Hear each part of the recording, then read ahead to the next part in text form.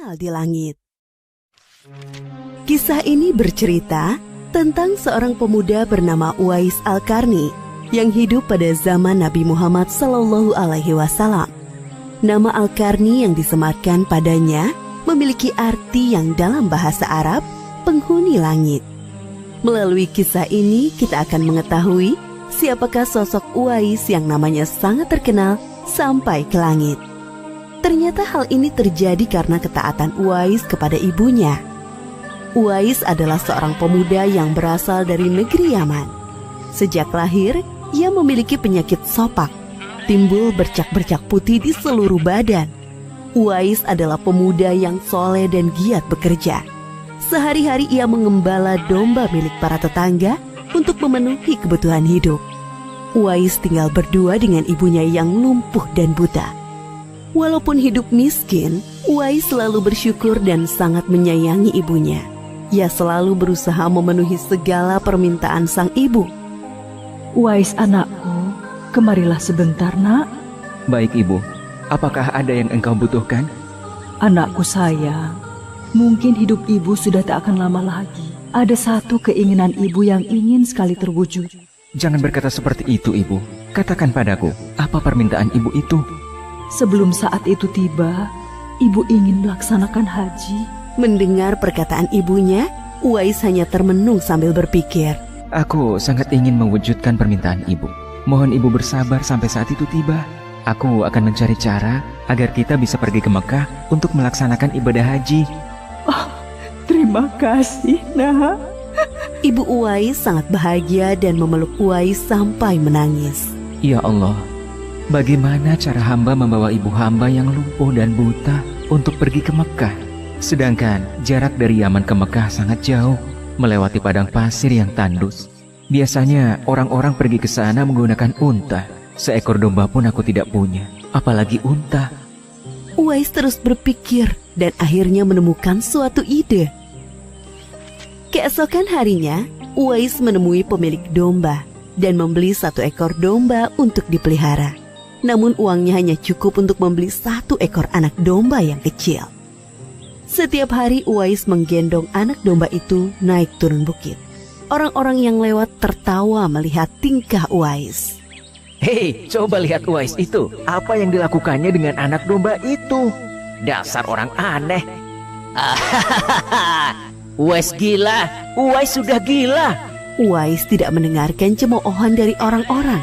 Saat ini yang ada di pikirannya adalah ibunya. 8 tahun berlalu dan tibalah pada musim haji. Anak domba Uwais semakin bertambah besar.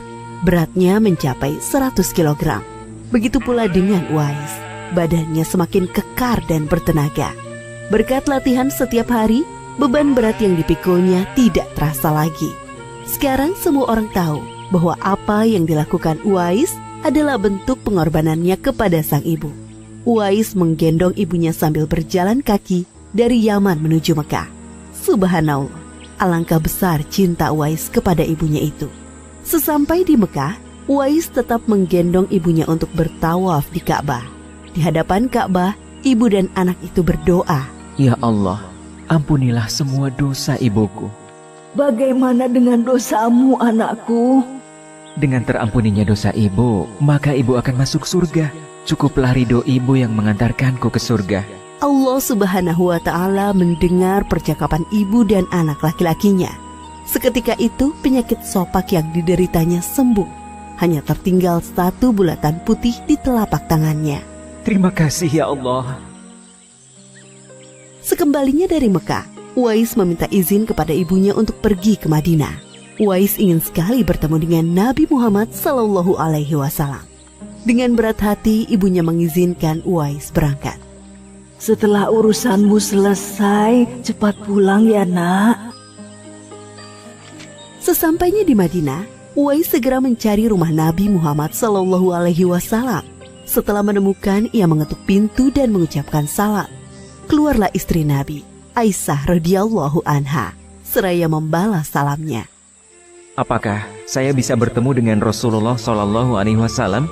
Maaf sekali, Nabi sedang tidak berada di rumah. Beliau sedang berperang dan tidak tahu pasti kapan kembali. Mungkin sebulan atau beberapa bulan lagi.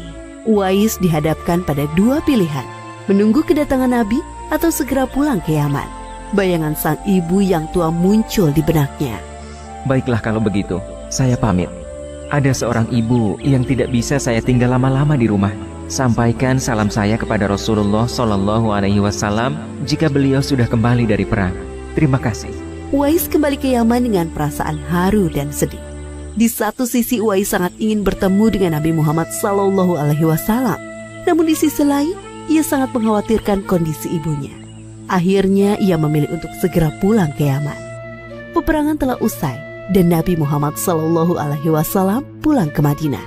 Aisyah radhiyallahu anha menceritakan perihal pemuda yang mencari beliau. Nabi mengatakan bahwa Uwais adalah pemuda yang sangat taat kepada ibunya. Karena ketaatan kepada ibunya itu, nama Uwais sangat terkenal di kalangan penduduk langit. Seperti yang tersebut dalam hadis Sahih Muslim Syarah An-Nawawi nomor 2542, dikatakan bahwa sebaik-baiknya tabi'in adalah Uwais Al-Qarni.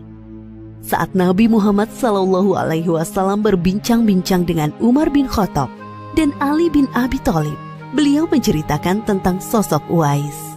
Apabila kalian bertemu dengan Uwais, mintalah doa dan istighfar kepadanya.